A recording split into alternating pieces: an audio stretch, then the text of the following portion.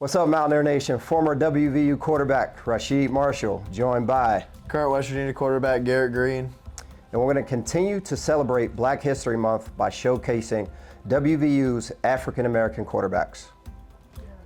All right, first up, the Mage, all-time great. Yep.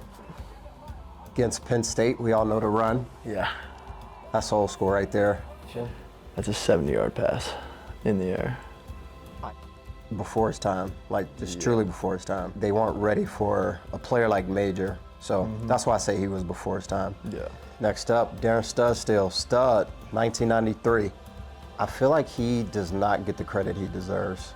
Pretty iconic play in West Virginia history right here. We had Darren Stud to Ed Hill. Yep.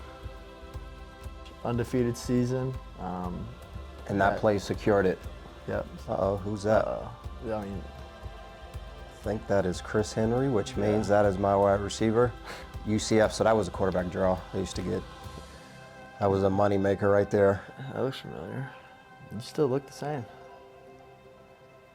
That's some speed right there. That is. You got me. So that was an awesome game. There's Chris Henry. Silent cadence. It's a game winner? That was a game winner. So we took that into overtime, ran a play fake off of it. The linebacker had to respect it, and I knew I was going to have like that first like window. Yeah. It's like an RPO deal? Yeah. I've seen this one. Yeah. I knew I was going to have to beat that defensive end right there. Why the protection? He got me earlier in the game. We came off with a fake, and I knew I had to. I knew I had to pump fake him to get him off of his feet. Next up, Pat White. Pat White. I mean, Pat was just great vision. He could do everything. Yeah, There's great speed. So do. this game, he went over 200 yards rushing, 200 passing. Steve Slayton went over 200 yards rushing and almost 200 receiving, if I'm not mistaken. And I think they had the perfect chemistry, the perfect balance. Shake and bake. That's just backyard. Better football player. Shake and bake. 1-2, 1-2.